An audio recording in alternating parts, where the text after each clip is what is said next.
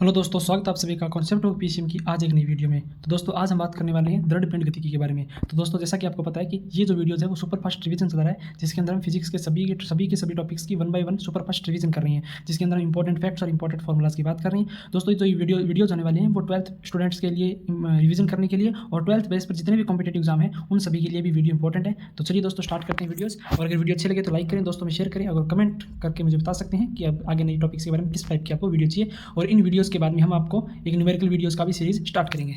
ठीक है दोस्तों, चलिए स्टार्ट करते हैं। देखिए आज सबसे पहले बात करते हैं दृढ़ पिंड गतिकी के बारे में। तो दृढ़ पिंड गतिकी का सबसे पहले फॉर्मूला आता है कि द्रव्यमान केंद्र के निर्देशांक। द्रव्यमान केंद्र के जो सबसे पहले आता है द्रव्यमान किसी पिंड का जो द्रव्यमान केंद्र है उसके निर्देशांक क्या होती है, उसका जो फॉर्मूला है उसको फाइंड करने का फॉर्मूला होता है R C M. C M का मतलब सेंटर ऑफ मास यानी द्रव्यमान केंद्र equal to m1r1 plus m2r2 plus m3r3 plus dash dash dash plus mn plus upon m1 plus m2 plus m3 dash dash mn। जितने भी पिंड है इन सभी का m1r1, क्योंकि जो पिंड से केंद्र जो सेंटर ऑफ मास के अक्ष आर जो क्या होती है वो मुख्य अक्ष है, जहाँ पर जो अक्ष है उस अक्ष से उसकी दूरी होती है और m द्रव्यमान होता है। इन सभी पिंडों को ऐड करने पर और उसके बाद उसके m1 m2 m3 इस प्रकार सभी से डिवाइड करने पर हमें द्रव्यमान केंद्र के निर्देशांक प्राप्त हो जाते हैं। ठीक है दोस्तों, अब चलिए बात करते हैं द्रव्यमान केंद्र के वेग के बारे में। द्रव्यमान केंद्र का वेग क्या होता है, VCM।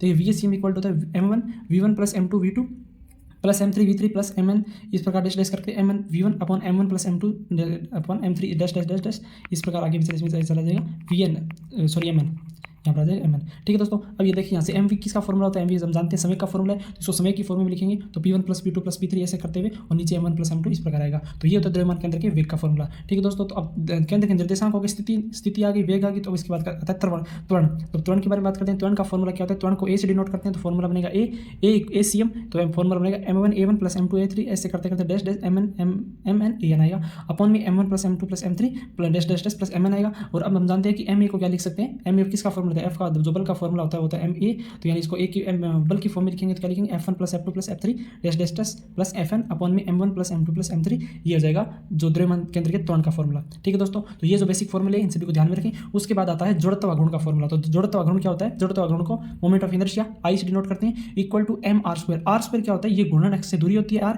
और m क्या होता है उस पिंड का द्रव्यमान जिसका हम जड़त्व गुण निकाल रहे हैं। तो I इक्वल टू होता है m r स्क्वायर। ये ध्यान रखिए फॉर्मूला, इसका हम आगे से इसी को हम मॉडिफाई करते हुए सभी फॉर्मूलास को फाइंड करेंगे। तो जड़त्व गुण का फॉर्मूला होता है I equal to m r square. ठीक है दोस्तों, अब देखिए ये तो है एक पिंड का, अगर यहाँ पर टोटल उस पूरी पिंड का, ये तो एक चीज़ का है, यहाँ पर अगर पूरे पिंड का जड़त्व गुण निकालना हो तो जो छोटे छोटे उसमें पिंड जुड़े हुए हैं उन सभी का टोटल करेंगे, योग करेंगे तो वो पूरे पिंड का जड़त्व गुण आ जाएगा। जैसे दिया हुआ है I equal to m1r1 square plus m2r2 square plus m3r3 square. तो इस प्रकार सभी जितने भी छोटे छोटे पिंड इसमें जुड़े हुए हैं उन सभी का अगर जड़त्व गुण का योग कर देंगे तो वो पूरा कुल जड़त्व गुण हमें प्राप्त हो जाएगा। ठीक है दोस्तों, ये जड़त्व गुण कुल जड़त्व गुण फाइंड करने का फॉर्मूला। ठीक है दोस्तों, चलिए अब चलते हैं, ये जड़त्व गुण की बात होगी। उसके बाद बताते हैं लंबवत अक्षों की प्रमेय के बारे में। देखिए लंबवत अक्षों की जो प्रमेय होती है उसमें जो 3 अक्ष होते हैं, जैसे हम जानते हैं कि 3 अक्ष होते हैं, एक एक्स होता है, एक एक्स होता है, एक वाई एक्स होता है और जेड एक्स होता है। इनके अक्षों के सापेक्ष जो जड़त्व गुण होता है उनके बारे में प्रमेय दी हुई है। तो देखिए अगर एक्स के सापेक्ष अगर एक्स है तो उसका जड़त्व गुण होगा आई एक्स, अगर वाई एक्स के सापेक्ष है तो वो होगा आई वाई, और अगर जेड के सापेक्ष जड़त्व गुण है तो आई जेड हो जाएगा। इनका तीनों के बीच में क्या संबंध होता है, तो ये देख लीजिए I equal to I Z equal to I X plus I Y. क्या फॉर्मूला होता है, I Z equal to I X plus I Y. ये लंबवत अक्षों की प्रमेय जड़त्व गुण की फॉर्म में इस प्रकार ये संबंध होता है, इसको आप ध्यान में रखें, I Z equal to I X plus I Y. ठीक है दोस्तों, तो ये जड़त्व गुण के बारे में प्रमेय के बारे में बात की। उसके बाद आगे चलते हैं, ये आती है समांतर अक्षों की प्रमेय। अभी तो लंबवत अक्षों की बात की क्योंकि तीनों अक्ष एक दूसरे के लंबवत होते हैं, अभी हम बात करेंगे समांतर अक्षों की प्रमेय। तो समांतर अक्षों की प्रमेय क्या होती है, आई यानी जड़त्व गुण equal to I G plus M X square. ठीक है, I G plus M X square, तो ये होता है समांतर अक्षों की प्रमेय। तो इसको ध्यान रखें, I equal to I G plus I M X square, ये होती है समांतर अक्षों की प्रमेय। और यहाँ पर अभी हमने देखी थी वो थी लंबवत अक्षों की प्रमेय। ठीक है दोस्तों, तो इन दोनों प्रमेयों को आप ध्यान रखें, कंफ्यूज नहीं होना। जो समांतर अक्षों की प्रमेय है उसके अंदर हमेशा किसका यूज होता है, I G plus M X square होता है, क्योंकि जो आर होता है ये एक्स भी क्या है, ये एक्स भी उस एक्स से उस पिंड के द्रव्यमान तक की दूरी ही को एक्स से डिनोट किया गया है। ठीक है दोस्तों, चलिए अब उसके बाद आगे बात करते हैं। आगे आता है कि जब दो कण एक दूसरे के साथ घूम रहे हो तो उनका जड़त्व गुण, जब दो कण एक ही एक्स पर एक साथ घूम रहे हो, जब दो कण एक साथ एक दूसरे एक्स पर घूम रहे हो तो उनका जड़त्व गुण क्या होगा, क्योंकि अभी एक एक्स पे दोनों अगर घूम रहे हैं तो उनका दोनों का द्रव्यमान क्या हो जाएगा, ऐड हो जाएगा। द्रव्यमान ऐड होने के बाद जो फॉर्मूला बनेगा आई म्यू आर स्क्वायर। अब म्यू क्या है, ये दोनों का टोटल द्रव्यमान है, कुल द्रव्यमान है, जिसको म्यू से डिनोट किया गया, तो I equal to mu R square. ठीक है दोस्तों, तो ये होता है I equal to mu R square. अब म्यू की वैल्यू कैसे है, दोनों टोटल द्रव्यमान क्या होगा, तो म्यू का फॉर्मूला होता है, म्यू निकालने का फॉर्मूला होता है जिसको बोलते हैं समानित द्रव्यमान बोलते हैं, और म्यू का फॉर्मूला होता है m1 यानी पहले पिंड का द्रव्यमान, m2 यानी दूसरे पिंड का द्रव्यमान। तो इसके बीच में म्यू कैसे निकालते हैं, m1 m2 अपॉन में m1 plus m2, m1 into m2 upon m1 plus m2 ये होता है म्यू का फॉर्मूला। तो यहाँ से अगर म्यू की वैल्यू निकालेंगे तो हम यहाँ पर दोनों का टोटल जड़त्व आघूर्ण निकाल सकते हैं। जब दोनों पिंड एक ही साथ एक एक्स पर घूम रहे हो तो फॉर्मूला बन जाएगा I equal to mu R square, और म्यू की वैल्यू क्या होती है m1 m2 upon m1 plus m2। ठीक है दोस्तों, तो ये हमने बेसिक फॉर्मूलाज की बात की। चलिए अब इसके बाद में आगे बात करते हैं। तो उसके बाद में आता है, अब देखिए यहाँ पर जो अलग अलग निकाय होती हैं उनके बारे में, उनमें कितना द्रव्यमान होता है कि कितना, वो उन सभी के बारे में बात करते हैं। तो सबसे पहले बात करते हैं अब अलग अलग पिंड के बारे में, उसमें कितना उसका जो घूर्णन कितना होता है, उसमें जड़त्व आघूर्ण कितना होता है, और उनकी जड़त्व जो घूर्णन त्रिज्या होती है वो कितनी होती है। ठीक है दोस्तों, तो ये जो सभी फॉर्मूलेज है वो आपको याद रखनी पड़ेंगी। इन फॉर्मूलों को याद रखोगे तभी न्यूमेरिकल सॉल्व कर पाओगे। तो इनको बार बार लिखोगे, 2-3 बार आप चार्ट बनाकर दीवार पर चिपका सकते हो। तो इनको आप जो बेसिक है, जो नॉर्मल स्टार्टिंग वाले, इन सभी के पिंड के बारे में अपने को सभी की जड़त्व आघूर्ण का फॉर्मूला दिया हुआ है। तो इन जो जितने पिंड है इन सभी के बारे में 1 बाय 1 सभी के फॉर्मूले आपको याद रखने पड़ेंगे, जिससे आप जो न्यूमेरिकल क्वेश्चन करेंगे उसमें आपको आसानी होगी। क्योंकि न्यूमेरिकल क्वेश्चन में हमें सीधा पिंड का नाम दिया होगा और बोलेंगे इसकी जड़त्व आघूर्ण निकालिए, इनकी जड़त्व घूर्णन त्रिज्या निकालिए। तो अपने को फॉर्मूला याद होंगे तो हम उनको डायरेक्ट पुट करके आंसर निकाल सकते हैं। ठीक है दोस्तों, सबसे पहले पिंड आता है वलय। देखिए वलय के अंदर क्या होता है, उसके घूर्णनक्स क्या है। तो यहाँ पर एक पिंड का नाम, घूर्णनक्स, जड़त्व आघूर्ण और घूर्णन त्रिज्या, इन सभी चारों की हम पैरेलल बात करेंगे बराबर। तो यहाँ पर सबसे पहले आता है वलय। वलय के अंदर पहली कंडीशन आती है कि जब तल जो घूर्णनक्स है वो तल के लंबवत केंद्र से जाने वाली रेखा हो घूर्णनक्स, तब उसका जड़त्व आघूर्ण क्या होगा, I equal to M R square. ये तो होगा जड़त्व आघूर्ण। और उसकी घूर्णन त्रिज्या क्या होगी, उसकी घूर्णन त्रिज्या होगी K equal to root I upon M. और अगर R की फॉर्म निकालेंगे तो I अपॉन, अगर इसको R लिखेंगे तो रूट I अपॉन एम, ये होगी उसकी घूर्णन त्रिज्या। ठीक है दोस्तों, अब उसके बाद आता है कि अब उसका दूसरी कंडीशन आती है वलय की, अगर उसका घूर्णन जो व्यास हो, घूर्णनक्स है उसका व्यास हो, वलय का व्यास हो, तो क्या फॉर्मूला बनेगा, तो फॉर्मूला बनेगा I equal to M R square upon 2। I equal to M R square upon 2 बनेगा। और उसकी जो त्रिज्या हो जाएगी वो क्या बन जाएगी, R equal to root 2 I upon M. और अगर K की फॉर्म में देखेंगे तो R अपॉन रूट 2 हो जाएगा, R अपॉन रूट 2 हो जाएगा। अगर R की K की फॉर्म में और R की फॉर्म में हो जाएगा रूट 2 I एम हो जाएगा। ठीक है दोस्तों, अब उसके बाद कहते हैं तीसरी कंडीशन उसमें होता है तल के वलय के स्पर्श। अगर कोई जो उसका घूर्णनक्स है वो तल के जो स्पर्श रेखा हो, कोई अगर ये वलय है गोल और उसकी स्पर्श रेखा जो अक्ष का काम करती हो, तब उसमें क्या कंडीशन बनेगी, तब जड़त्व आघूर्ण कितना रहेगा। तो तब जड़त्व आघूर्ण रहेगा I equal to 3/2 M R square रहेगा। और उसकी जो त्रिज्या है वो क्या रहेगी, R equal to root 2 I upon 3m, root 2 upon 3m। और अगर K की फॉर्म में निकालेंगे तो 3/2 R रहेगा ये बात। तो हम एक R से याद रख सकते हैं, अगर आप R का याद रखेंगे तो K का अपने आप याद हो जाएगा, अपने को बताइए। चलिए ठीक है, उसके बाद आता है फोर्थ कंडीशन। फोर्थ कंडीशन में क्या होता है, तल के लंबवत स्पर्श रेखा हो। जब कोई तल के लंबवत स्पर्श रेखा हो तब फॉर्मूला क्या बनेगा जड़त्व आघूर्ण का, तो I equal to 2mr square बनेगा इक्वल टू, और यहाँ से K का फॉर्मूला क्या बनेगा, K रूट 2R बनेगा, K रूट 2R, ये फॉर्मूला बन जाएगा त्रिज्या, घूर्णन त्रिज्या का। ठीक है दोस्तों, तो वलय के हमने चारों कंडीशन के बारे में बात कर ली है। अगर आपको इसकी PDF चाहिए तो मैं आपको इसकी PDF अवेलेबल करवा दूंगा, कि सारे फॉर्मूले आपको एक साथ लिखे हुए मिल जाएंगे। ठीक है दोस्तों, अब बात करते हैं हम शक्ति के बारे में। अब कोई शक्ति है वो उसमें जब घूर्णनक्स किस प्रकार हो, जब उसमें तल के लंबवत केंद्र से जाने वाला अगर घूर्णनक्स हो, तब क्या होगा, I equal to M R square upon 2। तब उसका घूर्णनक्स, तब उसकी जो जड़त्व आघूर्ण होगा I equal to M R square upon 2 होगा।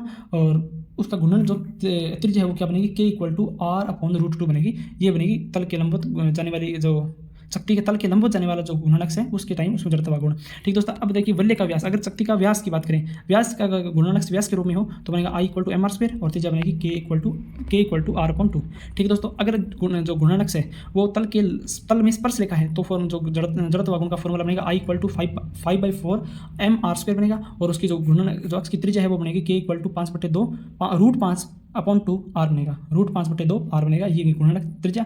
ठीक है दोस्तों, अब जो चौथे शक्ति के बारे में फोर्थ कंडीशन आती है कि तल के लंबवत स्पर्श रेखा हो, तब उसमें जड़त्व आघूर्ण बनेगा वो I equal to 3/2 M R square बनेगा। और उसकी जो घूर्णन त्रिज्या है वो बनेगी K equal to root 3/2 R, ये होगी इसकी घूर्णन त्रिज्या। ठीक है दोस्तों, अब यहाँ पर तीसरा जो पिंड आता है उसके बारे में बात करते हैं, ठोस गोला। अब ठोस गोले के अंदर जो जड़त्व आघूर्ण होगा वो कितना होगा, अगर उसके घूर्णनक्स व्यास के अनुरूप है तब तो जो जड़त्व आघूर्ण है वो 2/5 एम आर स्क्वायर होगा, 2/5 एम आर स्क्वायर। और घूर्णन त्रिज्या क्या होगी, K equal to root 2/5 R, root 2/5 R, ये जिसकी घूर्णन अक्ष की त्रिज्या हो जाएगी। ठीक है दोस्तों, चलिए उसके बाद अगर स्पर्श रेखा, उसका जो पिंड है वो अगर स्पर्श रेखा के जो घूर्णन अक्ष स्पर्श रेखा के अनुरूप हो तो क्या बनेगा, 7/5 एम आर स्क्वायर और K 7/5 एम आर स्क्वायर। और उसकी घूर्णन त्रिज्या है वो K बराबर 7/5 R स्क्वायर होगी। ठीक है दोस्तों, तो अब यहाँ पर हमने ठोस गोला के बारे में, शक्ति के बारे में, वलय के बारे में बात की। अब इसके बारे में कुछ और पिंड बचते हैं जिनके बारे में बात करते हैं। चलिए अब आता है खोखला गोला। अब देखिए खोखला गोले के अंदर अगर घूर्णनक्स की बात की, जो घूर्णन जड़त्व आघूर्ण की बात की जाए तो फॉर्मूला क्या बनेगा, I equal to 2/3 M R square और K का मान बनेगा 2/3 R बनेगा, ये घूर्णन त्रिज्या होगी अगर व्यास के अनुरूप उसका घूर्णनक्स हो तो। उसके बाद बात करते हैं स्पर्श रेखा के बारे में। तो ये स्पर्श रेखा है उसका घूर्णनक्स कितना होगा, उसके जड़त्व आघूर्ण होगा I equal to 5/3 M R square, उसकी घूर्णन त्रिज्या हो जाएगी वो जाएगी K बराबर रूट 5/3 R, ये उसकी उसी घूर्णन त्रिज्या। ठीक है दोस्तों, अब आते हैं खोखले बेलन के बारे में। अभी लग रहा है कि सारी फॉर्मूले एक जैसे कंफ्यूजिंग है तो हम बार बार इसको रिपीट करेंगे और उनकी बार बार न्यूमेरिकल करेंगे तो अपने आप अपने को याद हो जाएंगी। तो देखिए बेलन, खोखला बेलन है उसके बारे में अगर सममित अक्ष है खोखला बेलन समित अक्ष है तो उसका फॉर्मूला बनेगा जड़त्व आघूर्ण का I equal to mr square. ठीक है दोस्तों, और उसके बाद में अगर स्पर्श रेखा के अनुरूप घूर्णन अक्ष है तो फॉर्मूला बनेगा I equal to 2mr square, और उसकी जो घूर्णन त्रिज्या बनेगी K इक्वल टू √2r, ये बनेगी उसकी स्पर्श जो घूर्णन त्रिज्या है।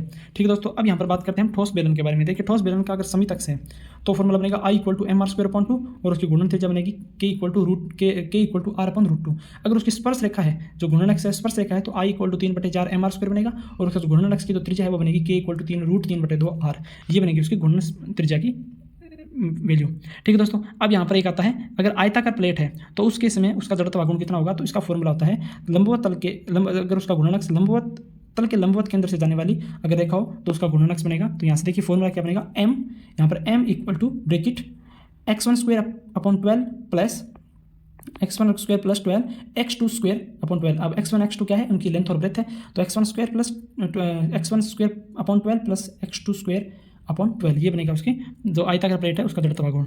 ठीक है दोस्तों, चलिए अब उसके बाद आता है वर्गाकार प्लेट। अगर वर्गाकार प्लेट है तो उसमें तल के लंबवत केंद्र से जाने वाली अगर घूर्णन अक्ष है तो उसमें जड़त्व आघूर्ण क्या बनेगा, तो फॉर्मूला बनेगा m bracket x square upon 6, m x square upon 6, ये बनेगा अगर वर्गाकार प्लेट है तो उसका जड़त्व आघूर्ण। ठीक है दोस्तों, चलिए उसके बाद करते हैं अगर पतली छड़ है तो उसके अंदर जड़त्व आघूर्ण कितना होगा, तो छड़ के लंबवत केंद्र से जाने वाली I equal to ml square upon, ये बनेगा जड़त्व आघूर्ण। अगर पतली छड़ है और उसका जो घूर्णन अक्ष है वो लंबाई के लंबवत केंद्र से जाने वाली रेखा है तो उसका जड़त्व आघूर्ण बनेगा I equal to ml square, l यानी लंबाई l स्क्वायर अपॉन 12, ये बनेगा जड़त्व आघूर्ण का फॉर्मूला। ठीक है दोस्तों, तो ये तो सारे थे फॉर्मूले जड़त्व आघूर्ण के अलग अलग पिंड के बारे में, उनके घूर्णन अक्ष के अनुरूप अलग अलग फॉर्मूले थे। अब यहाँ पर अपने पास एक फॉर्मूला आता है, देखिए इसके बाद में आता है फॉर्मूला कि बल आघूर्ण। तो बल आघूर्ण का क्या फॉर्मूला होता है, इससे आगे की हम तो जो बल आघूर्ण है, बल आघूर्ण को टॉर्क से डिनोट करते हैं, और इसका फॉर्मूला होता है R इंटू एफ। R यानी उस एक्स से दूरी, और F यानी उस पर लगाया गया बल है, और R होता है उस अक्ष से जहाँ पर उसका बल घुमाया जा रहा है, जिस अक्ष के अनुरूप उसको घुमाया जा रहा है उससे उस पिंड की उससे उसकी द्रव्यमान की दूरी। ठीक है, तो RF तो टॉर्क का फॉर्मूला होता है R इंटू एफ, सदिश फॉर्मूला होता है। तो अगर यहाँ पर सदिश साइन को अगर लिखेंगे तो torque equal to RF sine theta, ये बनेगा बल आघूर्ण का फॉर्मूला। ठीक है दोस्तों, तो यहाँ पर हमने यहाँ पर बात की सभी की जड़त्व आघूर्ण और जड़त्व आघूर्ण के अनुरूप जितने भी फॉर्मूले थे सभी के बारे में बात की। तो वीडियो कैसा लगा मुझे कमेंट सेक्शन में लिख के बता सकते हैं दोस्तों, और अगर वीडियो अच्छी लगी है तो लाइक करें दोस्तों, ज़्यादा से ज़्यादा शेयर करें, और नेक्स्ट वीडियो लेके आएंगे। इसी प्रकार हम सुपर फास्ट रिवीजन के लिए जल्दी वीडियोस लेके आएंगे जिसके अंदर हम ज़्यादा से ज़्यादा कम समय के अंदर रिवीजन कर सकें। तो धन्यवाद दोस्तों, मिलते हैं नेक्स्ट वीडियो में। जय हिंद, जय भारत।